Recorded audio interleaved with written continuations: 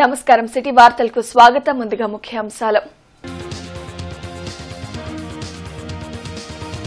CM Chandrababu అధ్యక్షతన cabinet సమావేశం.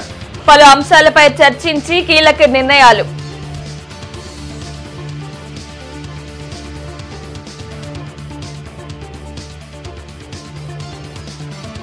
జిల్లాలో కొనసాగుతున్న రెవెన్యూ సదస్సులు. ప్రతి రైతు నుండి ప్రభుత్వం ధాన్యం కొనుగోలు చేస్తుంది. కలెక్టర్ నాగలక్ష్మి వెల్లడి.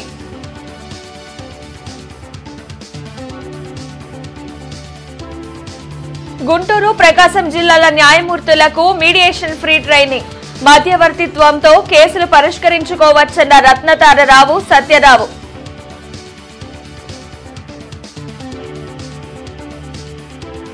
ప్రభుత్వంపై వ్యతిరేకతను పార్టీకి సానుకూలంగా మార్చుకోవాలి.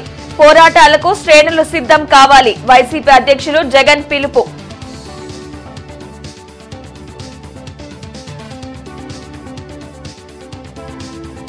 రాజ్యాంగ నిర్మాత అంబేద్కర్ ను అవమానించిన అమిత్ షాను బర్తరఫ్ చేయాలి. మాజీ ఎమ్మెల్యే మస్తాన్ వలి డిమాండ్. ముఖ్యమంత్రి చంద్రబాబు అధ్యక్షతన మంత్రివర్గ సమావేశం జరిగింది. పలు కీలక అంశాలపై చర్చించి నిర్ణయాలు తీసుకున్నారు. వెలగపూడి సచివాలయంలో సీఎం చంద్రబాబు అధ్యక్షతన కేబినెట్ సమావేశం నిర్వహించారు. పలు కీలక అంశాలపై చర్చించారు. రాజధాని అమరావతిలో 24,276 కోట్ల రూపాయల పనులకు పరిపాలనా పరమైన అనుమతుల్ని కేబినెట్ గ్రీన్ సిగ్నల్ ఇచ్చింది. ఎయిమ్స్ కు అదనంగా మరో 10 ఎకరాల భూమి కేటాయింపుకు ఆమోదం తెలిపారు. అమరావతి అభివృద్ది కోసం హట్కో నుండి 11,000 కోట్లు, కేఎఫ్డబ్ల్యూ నుండి 16,000 కోట్ల రుణం తీసుకునేందుకు కేబినెట్ అంగీకరించింది. 475 ప్రభుత్వ జూనియర్ కాలేజీల్లో మధ్యాహ్నం భోజనం అమలు చేసేందుకు నిధులు కేటాయింపుకు మంత్రివర్గం గ్రీన్ సిగ్నల్ ఇచ్చింది. కేబినెట్ వివరాలను మంత్రి పార్థసారథి మీడియాకు వెల్లడించారు. 50.21 ఎకరాల ప్రభుత్వ భూమిని రిజిస్ట్రార్ ఆచార్య ఎన్జీ రంగాకి బదలాయించడం జరిగింది. జీఓఎంఎస్ నెంబర్ 571 డేటెడ్ 14/9/2012 ప్రకారం సాధారణ షరతులకు లోబడి ఉచితంగా బదిలీ చేసే ప్రతిపాదనని కేబినెట్ ఆమోదించింది. అదేవిధంగా ఈఎస్ఐ కోసం ఎంప్లాయీస్ స్టేట్ ఇన్సూరెన్స్ కార్పొరేషన్కు 5 ఎకరాల భూమిని జీఓఎంఎస్ నెంబర్ 571 అనుసరించి మరియు బిఎస్ఓ 24 నిబంధనలు అనుసరించి మార్కెట్ ధర 61,23,516 రూపాయలకు బదలాయించే ప్రతిపాదనను కూడా మంత్రిమండలి ఆమోదించిందని చెప్పేసి మనం చేస్తాను. అదేవిధంగా ఇటీవల వచ్చిన వరదల్లో విజయనగరం, ఏఎస్ఆర్ కాకినాడ, ఏలూరు, పశ్చిమ గోదావరి, కృష్ణా, ఈ గుంటూరు, బాపట్ల, పల్నాడు, ఎన్టీఆర్ జిల్లాల్లో 38, 20, 24 తదుపరి వరద ముంపునకు గురైన ప్రాంతాల రైతులకు రుణాలు రీషెడ్యూల్ చేయడానికి పర్మిషన్ ఇవ్వడం జరిగింది. 50,000 లోపు మంజూరు చేయబడిన రుణాలపై ఇండియన్ స్టాంప్ యాక్ట్ ప్రకారం ఏదైతే ఫీజు చెల్లించాలో ఆ ఫీజుకి ఎగ్జంప్షన్ ఇవ్వడం జరిగిందని చెప్పేసి కూడా డ్యూటీ మరి రిజిస్ట్రేషన్ చట్టంకు లోబడి యూజర్ ఛార్జీలను మినహాయించడానికి మరియు రుణాలని రీషెడ్యూల్ చేయడానికి కొత్త రుణాల మంజూరు ఇప్పటికే ప్రభుత్వం జారీ చేయబడిన ఉత్తర్వులు జీఓఎంఎస్ నెంబర్ 235 రాటిఫై చేస్తూ మంత్రిమండలి ఆమోదం తెలిపింది. మన అంగన్వాడీ ప్రైమరీ, అదేవిధంగా ప్రైమరీ, హై స్కూల్, ఇంటర్మీడియట్ వీటన్నిటిని కూడా ఎక్కడో గ్యాప్ ఉంది. వీటన్నిటిని కూడా ఇంటిగ్రేట్ చేస్తూ వాల్యూ ఎడ్యుకేషన్ మన పిల్లలకి అందించాలి అనే లక్ష్యంతో మీరందరూ కూడా డిజైన్ చేయమని చెప్పేసి కూడా విద్యాశాఖని ఆదేశించడం జరిగిందని చెప్పేసి కూడా మనం చేస్తా ఉన్నాం. జిల్లాలో జాతీయ ఇంధన పొదుపు వారోత్సవాలు కొనసాగుతున్నాయి. ఇందులో భాగంగా కలెక్టరేట్ నుండి ఎస్బీఐ వరకు నిర్వహించిన అవగాహన ర్యాలీని జిల్లా కలెక్టర్ నాగలక్ష్మి జెండా ఊపి లాంఛనంగా ప్రారంభించారు. కలెక్టర్ కార్యాలయం వద్ద స్టేట్ ఎనర్జీ కన్జర్వేషన్ మిషన్, ఇంధన శాఖ ఆధ్వర్యంలో నిర్వహించిన ఇంధన పొదుపు వారోత్సవాల కార్యక్రమంలో జిల్లా collector Nagalakshmi, joint collector Bhargava Teja పాల్గొన్నారు. ప్రతి సంవత్సరం డిసెంబర్ 14 నుంచి 20 వరకు విద్యుత్ వినియోగంపై అవగాహన కార్యక్రమం నిర్వహిస్తున్నామని కలెక్టర్ తెలిపారు. దీనిలో అందరినీ భాగస్వాములుగా చేసి భావితరాలకు ఉపయోగపడే విధంగా విద్యుత్ను ఆదా చేసేందుకు అవగాహన కార్యక్రమం చేస్తున్నామని అన్నారు. వినియోగదారులు అవసరం లేని పరికరాలకు విద్యుత్ నిలిపివేయాలని సూచించారు. దాని ద్వారా భావితరాలకు విద్యుత్ను అందించగలమని వెల్లడించారు. సోలార్ విద్యుత్ వాడకం ద్వారా కరెంట్ ఆదా చేయవచ్చని అన్నారు. సోలార్ ప్లాంట్లను పెట్టుకునే గృహ యజమానులకు కేంద్ర ప్రభుత్వం సబ్సిడీ ఇస్తుందని వివరించారు. ఈ కార్యక్రమంలో ఎస్సీ కేవీఎల్ఎన్ మూర్తి, ఈఈ శ్రీనివాస్ బాబు, డిప్యూటీ ఈఈ హుస్సేన్ ఖాన్, రాజ్మోహన్, గురవయ్య, ముస్తాక్ అహ్మద్ సిబ్బంది పాల్గొన్నారు.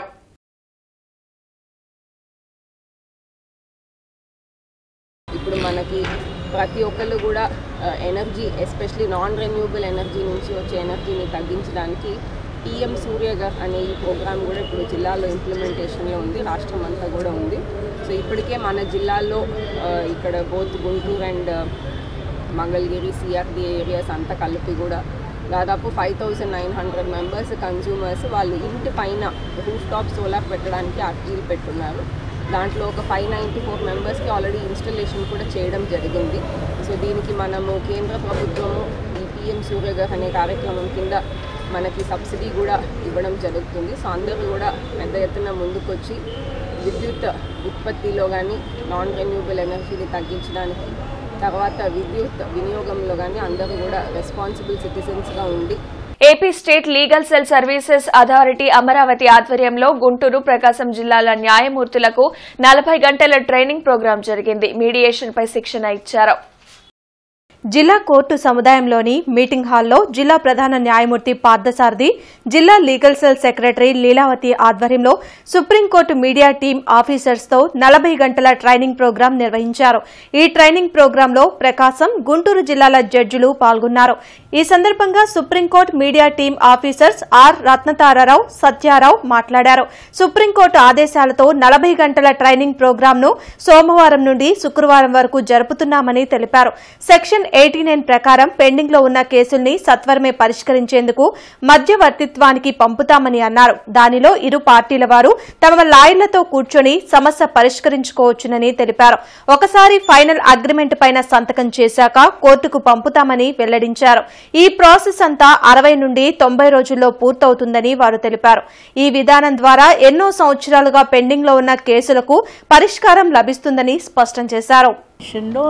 మరి ఏం చేస్తారంటే వకీలే దీనికి అగ్రిమెంట్ వేయాలి. ఆ రెండు పార్టీలు ఆ అగ్రిమెంట్ చూసి వాళ్ళు సంతోషంగా ఉంటే ఆ అగ్రిమెంట్ టర్మ్స్తో అంతా అగ్రీ చేస్తేనే సైన్ చేస్తారు. ఒక తూరి వచ్చి అగ్రిమెంట్ సైన్ చేసినాక మేము కోర్టుకు పంపించేసేస్తాం. కోర్టుకు పంపించినాక జడ్జెస్ వచ్చి ఆ అగ్రిమెంట్ చూసి వాళ్ళు జడ్జ్మెంట్ ఆర్డర్ వేస్తారు. బట్ ఒక్క తూరి అగ్రిమెంట్ సైన్ చేసినాక దాన్ని వాపస్ తీసుకోలేము. అందుకోసం మనకు టైం ఉంది. సో బాగా ఆలోచన చేసి మన మీడియేటర్ సరిగా ఎక్స్ప్లెయిన్ చేసి ఇది వచ్చి ఒక ప్రాసెస్. ఈ ప్రాసెస్ ముగించడానికి ఎన్ని రోజులు? మనకు 90 రోజులు, లేకపోతే 60 రోజులు, లేకపోతే 90 రోజులు ఇస్తారు. ఆ 90 రోజుల్లో ఈ కేసు ముగిస్తుంది. ఒక తూరు ఈ కేసు ముగించినాక ఒక తూరు మనం సెటిల్మెంట్ అగ్రిమెంట్ వేసి సైన్ చేశాక ఈ కేసులో అప్పీల్ ఉండదు, ఏమీ ఉండదు. Once the agreement is signed by the parties, after they have taken a decision, that agreement becomes binding on it, and it will be sent to the court, and the court will pass a judgment or a decree which becomes an executable decree. And further, the dispute itself, finally it has been resolved. There is no further appeal or revision or any review to the High Court or the Supreme Court or anywhere else. So the parties, for once for all, they can decide all their disputes also. It is not only the case which has been referred to mediation, it is also the other disputes which the parties have. Even that can be resolved in mediation. That is one of the unique feature of mediation also. చెప్పారు. So mediation మీద ఏదన్నా అపోహలు ఉంటే పక్కన పెట్టేసేయండి. మనం Lok అదాలత్లో cases ఎలా settle చేసుకుంటున్నాము, ఆ కేసెస్ మీద ఎలా అప్పీల్ లేదు, ఇది కూడా అంతే. సో డైరెక్ట్గా పార్టీసే మీడియేటర్తో మాట్లాడుకొని సెటిల్ చేసుకునే ప్రక్రియ. మనకి సివిల్ కోర్టులో అవార్డు జడ్జిమెంట్ ఎట్లనో అలాగే అవార్డు జడ్జిమెంట్ వస్తుంది ఇందులో కూడాను. సో ప్రజలందరూ దీన్ని ఉపయోగించుకుంటారని కోరుకుంటున్నాం. థ్యాంక్ యూ, నమస్తే. జిల్లాలోని అన్ని రైతు కేంద్రాల్లో ధాన్యం కొనుగోలు చేస్తున్నామని కలెక్టర్ నాగలక్ష్మి వెల్లడించారు. ప్రస్తుతం 16 రైస్ మిల్లుల ద్వారా వడ్లు కొనుగోలు చేస్తున్నామని అన్నారు. రైతులు ఎవరూ ఆందోళన చెందవద్దని, ప్రతి రైతు నుంచి ధాన్యం కొనుగోలు చేస్తామని భరోసా ఇచ్చారు. అయితే ధాన్యం 17% తేమ ఉంటే 1 కేజీ తగ్గించి కొనుగోలు చేస్తామని అన్నారు. వర్షాలకు రైతులు ఇబ్బందులు పడకుండా టార్పలిన్లు అందుబాటులో ఉంచామని అవసరమైన రైతులు తీసుకోవచ్చని కలెక్టర్ నాగలక్ష్మి తెలిపారు. మనం ఇప్పటికే దాదాపు అబౌట్ 10,000 టన్స్ ప్యాడీ అనేది ప్రొక్యూర్ చేయడం జరిగింది. అండ్ రాష్ట్ర ప్రభుత్వం కూడా దాదాపు 48 అవర్స్లోనే అందరికీ కూడా పేమెంట్ అనేది ఇస్తున్నారు. మన జిల్లాలో దాదాపు 16 మిల్స్ మనకి ఈ ప్యాడీ ప్రొక్యూర్మెంట్లో పార్టిసిపేట్ చేస్తున్నారు. సో మనకి ఇక్కడ చాలా ప్లేసెస్లో ఏంటంటే ఇప్పుడు నిన్న కానీ ఇవాళ కానీ కొంచెం వెదర్ క్లౌడీగా ఉండడంతో రైతులందరూ కూడా చాలామంది మాకు ఇంకా త్వరగా తీసుకోవాలనే ఇది కోరున్నారు. సో అన్ని రైతు సేవా కేంద్రాల నుంచి కూడా రైతులు ఎక్కడైతే ప్యాడీ ఆరబెట్టుకున్నారో అక్కడ వాళ్ళకి విజిట్ చేసి మాయిశ్చర్ మెజర్ చేసి మాయిశ్చర్ మనకి ఉన్నది 17% లోపు ఉంటే ఎంఎస్పి కరెక్ట్గా వస్తుంది. 17% దాటి ఉంటే మనకి పర్సంటేజ్కి కేజీ చొప్పున మనము కట్ చేసి తీసుకోవడం జరుగుతుంది. సాగునీటి సంఘాల ఎన్నికల్లో ప్రజాస్వామ్యాన్ని కూటమి ప్రభుత్వం అపహాస్యం చేసిందని వైసీపీ అధినేత జగన్ విమర్శించారు. విజన్ 2047 పేరుతో సీఎం చంద్రబాబు మరో డ్రామాకు తెరలేపుతున్నారని ధ్వజమెత్తారు. ప్రభుత్వంపై ఉన్న వ్యతిరేకతను పార్టీకి సానుకూలంగా మార్చుకునేందుకు వైసీపీ శ్రేణులు కలిసికట్టుగా పోరాటాలు చేయాలని జగన్ సూచించారు. తాడేపల్లిలోని క్యాంప్ కార్యాలయంలో అనంతపురం వైఎస్సార్ కాంగ్రెస్ పార్టీ నాయకులతో నిర్వహించిన సమావేశంలో ఆయన మాట్లాడారు. మన ప్రభుత్వం రాకమునుపు ఎవరైనా కూడా అనుకున్నారా ₹1 ప్రభుత్వం వస్తే ఆ రూపాయి నేరుగా ప్రజల దగ్గరికి వెళ్ళే పరిస్థితి ఎప్పుడైనా ఉంటుందని చెప్పి ఎవరైనా అనుకున్నారా? అలాంటి విజన్ తీసుకొచ్చింది మనం. గ్రామ స్వరాజ్యానికి అర్థం చెబుతూ ప్రతి గ్రామంలోనూ ఓ సచివాలయ వ్యవస్థ, 540 రకాల సేవలు ప్రతి గ్రామంలోనూ అందుబాటులోకి తీసుకొని రావడం, ప్రతి 60-70 ఇళ్లకు ఒక వాలంటీర్ వ్యవస్థ, ప్రతి పథకము కూడా కులం చూడకుండా, మతం చూడకుండా, రాజకీయాలు చూడకుండా, లంచాలు లేకుండా ప్రతి ఇంటికి చేర్చగలిగిన పరిస్థితి ఎప్పుడైనా వచ్చింది అని అంటే అది ఒక్క వైఎస్ఆర్సీపీ హయాంలో. ఇది విజన్. ఇలాంటి విజన్ అంటారు. కానీ మేనిఫెస్టోని ఎలా ఎగరగొట్టాలి, ఎగరగొట్టిన నేపథ్యంలో మళ్ళీ టాపిక్ డైవర్ట్ చేసేందుకు చూపించాల్సిన డ్రామాలో భాగంగా 2047 నేను ఉంటానో ఉండనో, నా వయసు ఎంత ఉంటుందో ఉండదో చెప్పేద్దాం, పోయేది ఏముంది, రంగురంగుల భవనాలతో రంగురంగుల కథలు చెప్పేద్దాము, ప్రజలు ఎట్టా మోసపోతారు, మోసం చేసేద్దాం అనుకునేదాన్ని విజన్ అనరు, 420 అంటారు. పార్లమెంట్ సాక్షిగా రాజ్యాంగ నిర్మాత డాక్టర్ బిఆర్ అంబేద్కర్ ను అవమానించిన కేంద్ర మంత్రి అమిత్ షాను తక్షణమే పదవి నుండి బర్తరఫ్ చేయాలని మాజీ ఎమ్మెల్యే మస్తాన్ వలి డిమాండ్ చేశారు.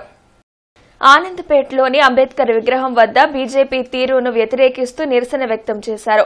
ప్రధాని మోడీ తక్షణమే ప్రజలకు క్షమాపణ చెప్పాలన్నారు. అదాని అవినీతిని కప్పిపుచ్చుకునేందుకే బీజేపీ ఈ ఎత్తుగడ వేసిందని మస్తాన్ వలి విమర్శించారు. కార్యక్రమంలో రెహమాన్, ఎస్ఎం ఖలీల్, మౌలాలి తదితరులు పాల్గొన్నారు. ప్రపంచ మేధావిగా కొనియాడబడుతున్నటువంటి శ్రీ బాబాసాహెబ్ అంబేద్కర్ గారిని అవహేళన చేస్తూ ఉన్నారు. ఇవాళ వాళ్ళ యొక్క సొంత ఏజెండా అమిత్ షా నోటి అంటే రావటం మనం అందరం చూస్తూ ఉన్నాం. రావటమే కాదు, ప్రధాని నరేంద్ర మోడీ గారు పూర్తిగా అమిత్ షా చెప్పినటువంటి దాన్ని సమర్థిస్తున్నాడు. అంటే భారత జాతి సంస్కృత సంప్రదాయాల మీద బలవంతంగా మనుస్మృతిని తీసుకొచ్చేటటువంటి ప్రయత్నం జరుగుతూ ఉంది. అందుకోసం ఇవాళ దేశవ్యాప్తంగా కాంగ్రెస్ పార్టీ భారత జాతి పక్షాన, భారతీయుల పక్షాన, భారత రాజ్యాంగాన్ని గౌరవం కలిగినటువంటి పార్టీగా వెంటనే అటువంటి బాబాసాహెబ్ అంబేద్కర్ గారిని అవహేళన చేసిన మంత్రి పదవి నుంచి బర్తరఫ్ చేయాలని, అతన్ని ఏమాత్రం కూడా ఎన్నికల్లో పోటీ చేసి భారత ప్రజాస్వామ్యంలో ఎన్నికల ప్రక్రియలో లేకుండా చేయాలని, దీన్ని సమర్థించినటువంటి నరేంద్ర మోడీ గారు వెంటనే తన తప్పొప్పుకొని భారత జాతికి క్షమాపణ చెప్పాలని. జిల్లాలో రెవెన్యూ సదస్సులు కొనసాగుతున్నాయి. అంకిరెడ్డిపాలెం గ్రామ సచివాలయం వద్ద నిర్వహించిన సదస్సులో కలెక్టర్ నాగలక్ష్మి పాల్గొన్నారు. భూ సమస్యల పరిష్కారం కోసమే ప్రభుత్వం ప్రత్యేకంగా ఈ సదస్సుల్ని ఏర్పాటు చేసిందని, ప్రజలు సద్వినియోగం చేసుకోవాలని కలెక్టర్ కోరారు. జనవరి 8 వరకు రెవెన్యూ సదస్సులు జరుగుతాయని తెలిపారు.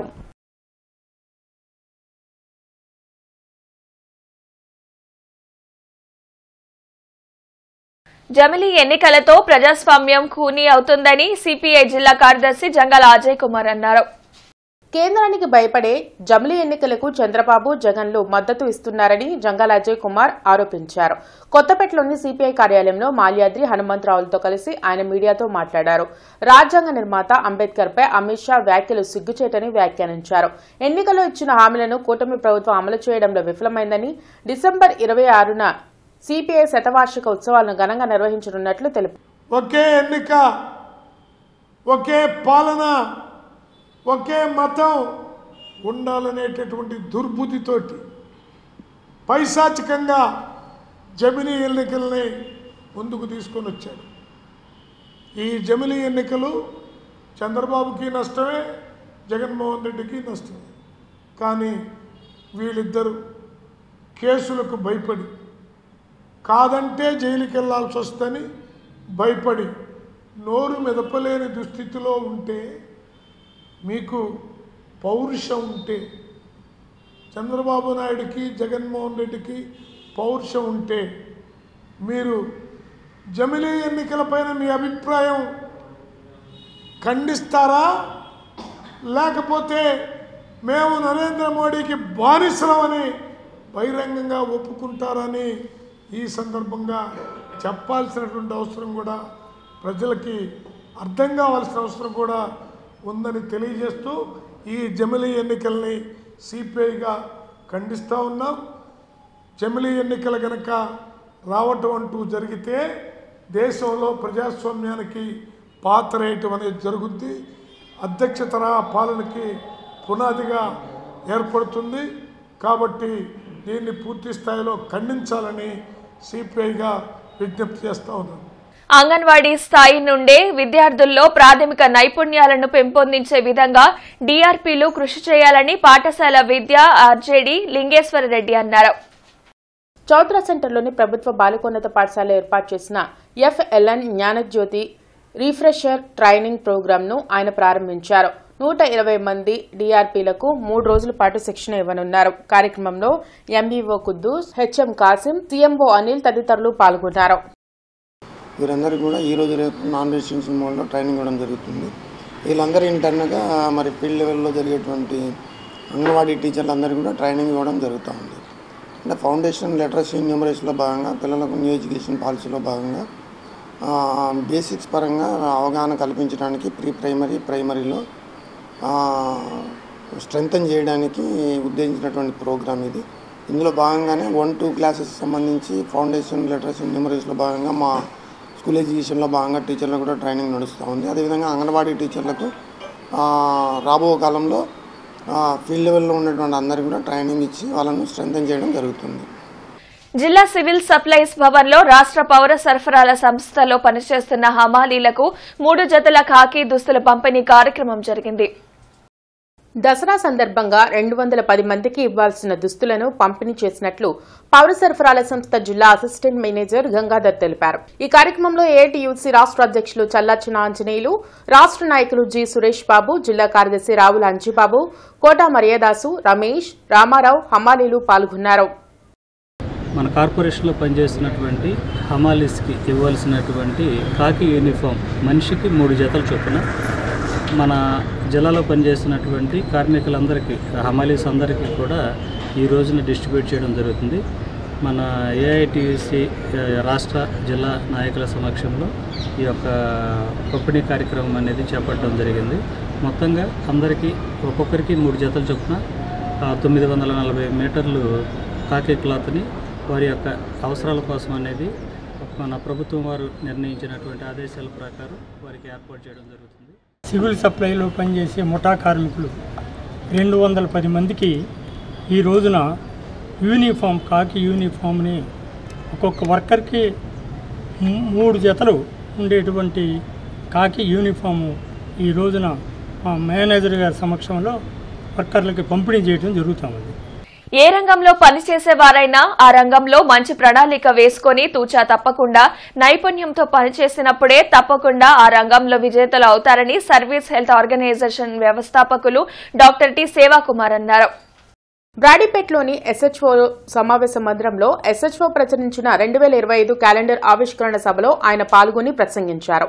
సమావేశానికి ఎస్హెచ్ఓ మేనేజర్ పి నిర్మలారాణి అధ్యక్షత వహించారు. అనంతరం డాక్టర్ టి సేవాకుమార్ మాట్లాడుతూ ప్రతి ఒక్కరూ వృత్తి, ప్రవృత్తి పరంగా, కుటుంబ పరంగా ఒక లక్ష్యం ఏర్పరచుకోవాలని తెలిపారు. ప్రణాళికలు తయారు చేసుకుని ఆ లక్ష్య సాధనకు ప్రణాళికాబద్ధంగా ప్రతిరోజు, ప్రతి గంట, ప్రతి నిమిషం కృషి చేయాలన్నారు. ఎవరికైనా రోజుకి 24 గంటలేనని, అయితే ఆ 24 గంటల్లోనే ప్రణాళికాబద్ధంగా నైపుణ్యంతో కృషి చేయాలని తెలిపారు. అప్పుడే విజేతలవుతారని, ప్రణాళిక లేకపోయినా నైపుణ్యత లోపించిన లక్ష్య సాధనలో విఫలమవుతారన్నారు. ప్రతి ఒక్కరూ ప్రతి సంవత్సరం స్వల్పకాల, దీర్ఘకాల ప్రణాళికలు ఏర్పరచుకొని కాలానుగుణంగా మార్పులను ఆహ్వానిస్తూ కృషి చేస్తే తప్పక విజేతలవుతారన్నారు. సమయం విలువ తెలుసుకునేందుకు ప్రణాళిక తప్పనిసరి అవుతుందన్నారు. అనంతరం నిర్మలారాణి మాట్లాడుతూ 29 సంవత్సరాల నుండి ఇప్పటి వరకు ప్రతి సంవత్సరం ప్రణాళిక వేసుకుంటూ ఆ ప్రణాళిక సాధనకు వ్యవస్థాపకులు, సిబ్బంది అలుపెరగని పోరాటం చేయడం వల్లనే ఈరోజు విజయవంతమై సంస్థగా ప్రజల ముందు ఉందన్నారు. ప్రజలందరూ ఆ విధంగా విజయవంతమైన వ్యక్తులుగా ఎదిగేందుకు ప్రణాళికలు ఉపయోగపడతాయన్న ఉద్దేశంతోనే ప్రతి సంవత్సరం 10,000 క్యాలెండర్లు ముద్రించి ఉచితంగా పంచుతున్నామన్నారు.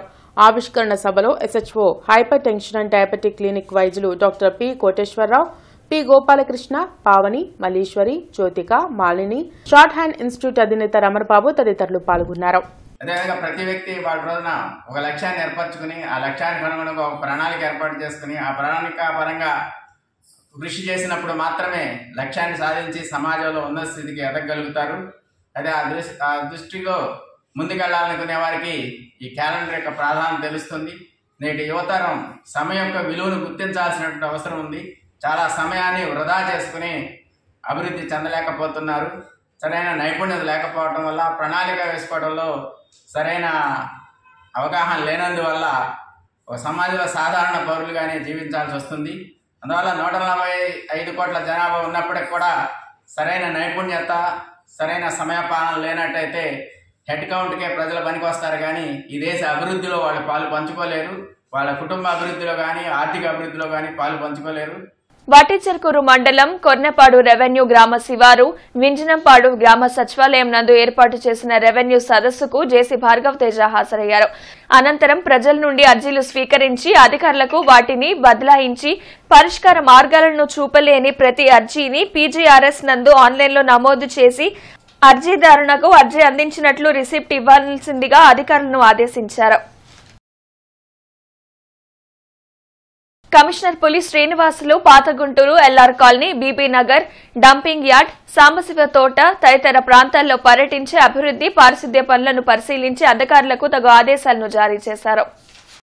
ఈ సందర్భంగా కమిషనర్ మాట్లాడుతూ నగరంలో అభివృద్ది పనుల నాణ్యతపై పలు ఫిర్యాదులు అందుతున్నాయని, పనులను ఆమోదం మేరకు చేపట్టిన టెండర్ ప్రకారమే జరగాలని స్పష్టం చేశారు. పనులు జరుగుతున్న వివిధ దశల్లోనే నాణ్యతా ప్రమాణాలు, టెండర్ ప్రకారం జరుగుతున్న తీరుని third party quality control agency పరిశీలించి రిమార్క్స్ ఇవ్వాలన్నారు. ఎల్ఆర్ కాలనీలోని పలు ప్రాంతాల్లో డెబ్రిస్, డ్రైన్లలో మురుగునీరు నిలిచి ఉండడం గమనించి గ్యాంగ్ వర్క్ ద్వారా శుభ్రం చేయాలని ఇన్స్పెక్టర్ని ఆదేశించారు. ఏటుకూరు రోడ్లోని డంపింగ్ యార్డ్ని పరిశీలించి యార్డు నుండి జిందాల్కి వ్యర్థాలను తొలగించే కంపాక్టర్లను మరమ్మత్తు లేకుండా ఎప్పటికప్పుడు చర్యలు తీసుకోవాలన్నారు. అనంతరం సాంబశివపేటలోని ఆక్యుపెన్సీ సర్టిఫికెట్ కోసం దరఖాస్తు చేసుకున్న భవనాన్ని పరిశీలించారు.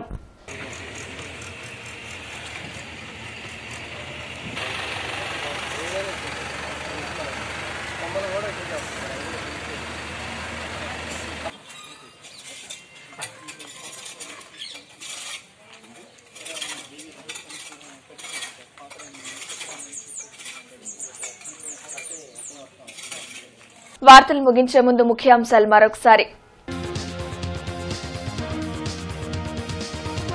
సీఎం చంద్రబాబు అధ్యక్షతన కేబినెట్ సమావేశం, పలు అంశాలపై చర్చించి కీలక నిర్ణయాలు.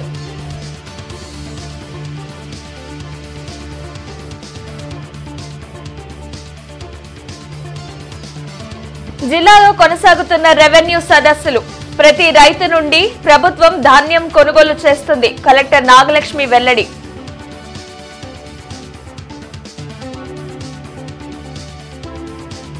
గుంటూరు, ప్రకాశం జిల్లాల న్యాయమూర్తులకు మీడియేషన్ ఫ్రీ ట్రైనింగ్, మధ్యవర్తిత్వంతో కేసులు పరిష్కరించుకోవచ్చన్న రత్నతారరావు, సత్యరావు.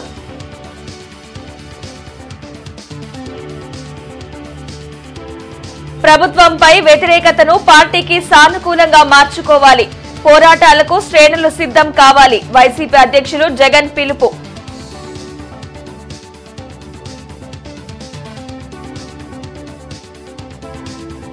రాజ్యాంగ నిర్మాత అంబేద్కర్ ను అవమానించిన అమిత్ షాను బర్తరఫ్ చేయాలి. మాజీ ఎమ్మెల్యే మస్తాన్ వలి డిమాండ్. ఈ వార్త ఇంతటితో సమాప్తం. నమస్కారం.